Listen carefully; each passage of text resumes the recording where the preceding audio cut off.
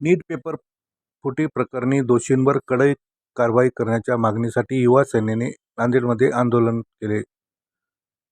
नीट paper फूट प्रकरणी दोषींवर कठोर करण्यात यावी तसेच या प्रकरणातील कुठल्याही आरोपीला पाठीशी घालण्याचा प्रयत्न प्रशासनाने करू नये या मागण्यांसाठी नांदेड जिल्हाधिकारी कार्यालयासमोर युवा सेना शिंदे गटाच्या वतीने भव्य निदर्शने करण्यात आली.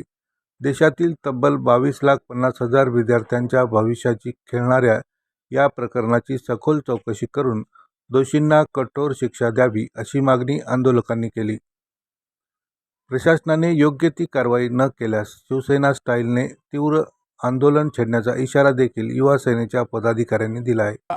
हे युवा सेना शिवसेना स्टाईलने दाखवल्या जाईल आणि रीतसर जे आम्ही सरकारमध्ये आहोत एकनाथ शिंदे साहेबाला भेटणार, जे शिक्षण मंत्री आहेत त्यांच्याकडे आम्ही जाणार आणि त्यांच्यावर कायदेशीर कारवाई करावं लागणार, कारण ते झालंच पाहिजे. कारण आता पुढील लोकांचं गोरगरीब शेतकऱ्यांचं नुकसान होऊ शकते. विद्यार्थी जे आहेत शेतकरी, त्यांचे आईवडील शेतकरी आहेत, मरमर करून फीस भरतात पैसे आणून त्यांचे, त्याच्याबद्दल आम्ही पाठपुरावा पुढे करणार ना, कायदेशीररित्या त्यांच्यावर कारवाई करायला लावणार शासनाला.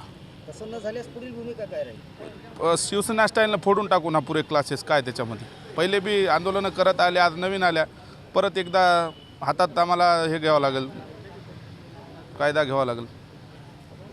आज युवा सेनेच्या वतीने मोठेगावकर जे पेपर फुटीच्या प्रकरणामध्ये आहेत त्यांच्यावर कठोर कारवाई झाली पाहिजे आणि अजून दुसरे कुठले ट्युशनवाले याच्यामध्ये इन्व्हॉल्व आहेत त्यांचीसुद्धा चौकशी करून त्यांच्यावरसुद्धा कारवाई झाली पाहिजे.